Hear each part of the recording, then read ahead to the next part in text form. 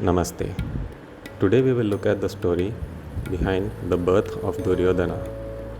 This is a story of strength shaped by divine training, a mother's love, and the fate spun by Krishna's wisdom.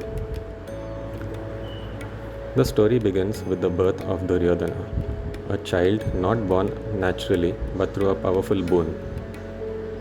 His mother, Gandhari, upon hearing that Kunti had already given birth to Yudhishthira, was determined that her child should be greater and firstborn to claim the throne of Hastinapur. She had received a boon from sage Vyasa to have 100 sons.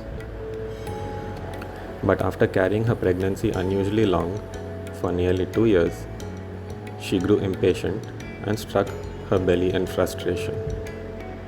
From her womb came a lump of hard flesh, cold and unmoving. Vyasa appeared, calmed her, and divided the mass into 100 equal parts, placing them into pots of clarified butter where they would gestate. From the first pot, the strongest and eldest son emerged, Duryodhana. From his very birth, terrible omens shook the land. Jackals howled, storms raged, and sages warned King Dhritarashtra the child would be the cause of immense destruction. Yet, blinded by affection and dynastic pride, the king refused to cast the child away.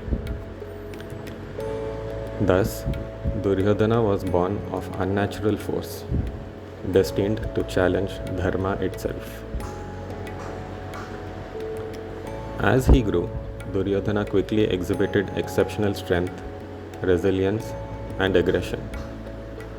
He was bold, ambitious, and fiercely competitive, especially with his cousins, the Pandavas. Among them, Bhima became his main rival, both physically and emotionally. Their fights as children were no mere scuffles. They were legendary clashes of strength. This early survival forged in him a hardened will and belief that he was destined to rule no matter the obstacles.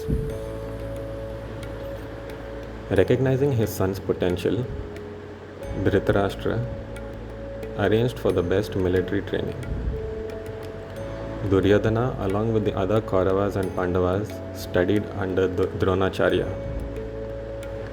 However, when it came to mace combat, a brutal close combat art, Duryodhana turned to Lord Balarama, who was Krishna's elder brother. Balarama, the supreme master of the mace or gada, was the incarnation of Shesha. He taught Duryodhana the art with dedication, and Duryodhana soon learned.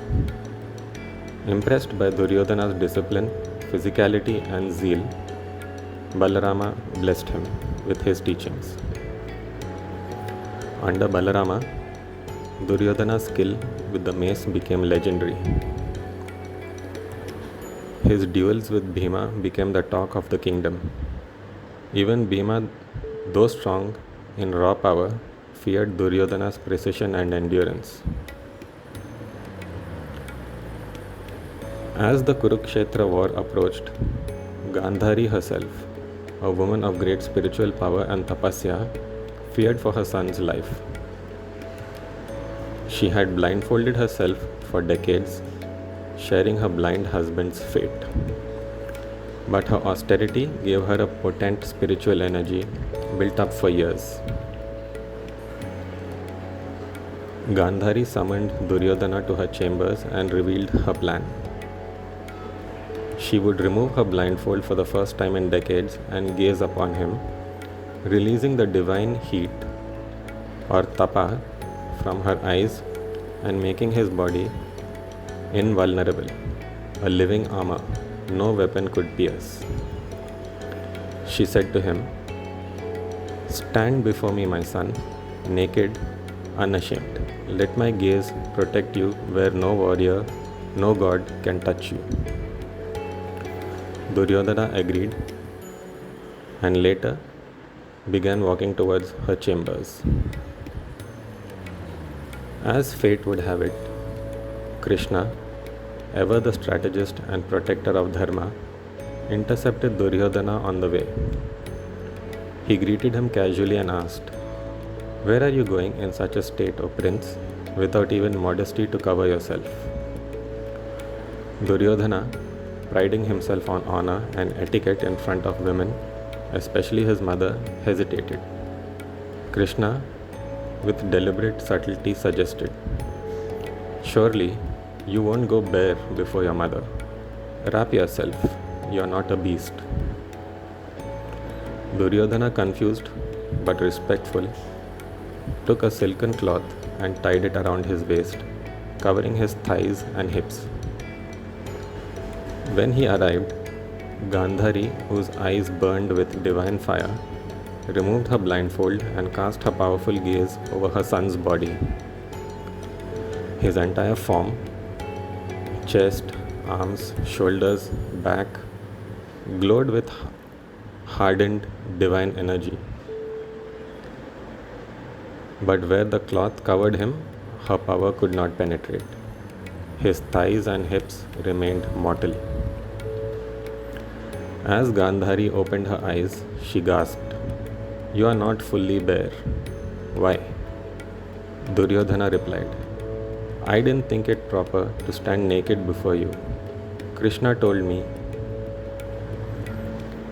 The moment he said that, Gandhari's eyes narrowed and she asked, "Krishna, he has deceived you. You are now strong but not invincible."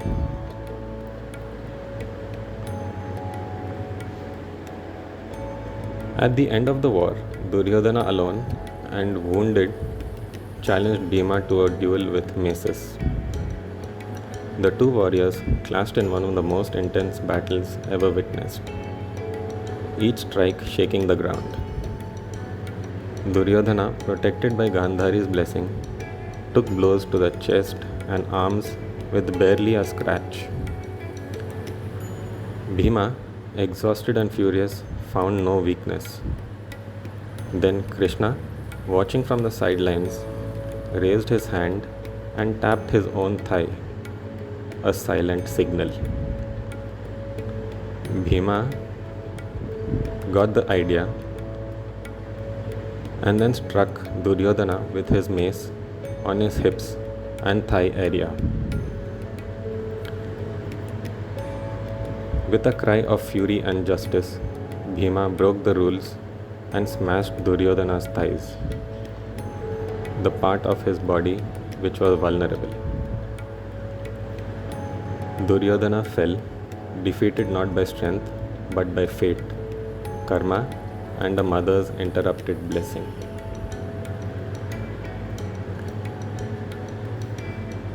What can we learn from this story? First, Duryodhana's strength came from both mortal effort and divine blessing.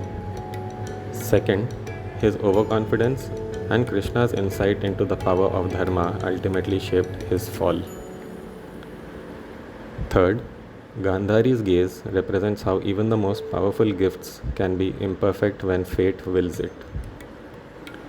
And fourth, Krishna's intervention wasn't just trickery, it was cosmic correction. Do let me know your comments. Namaste.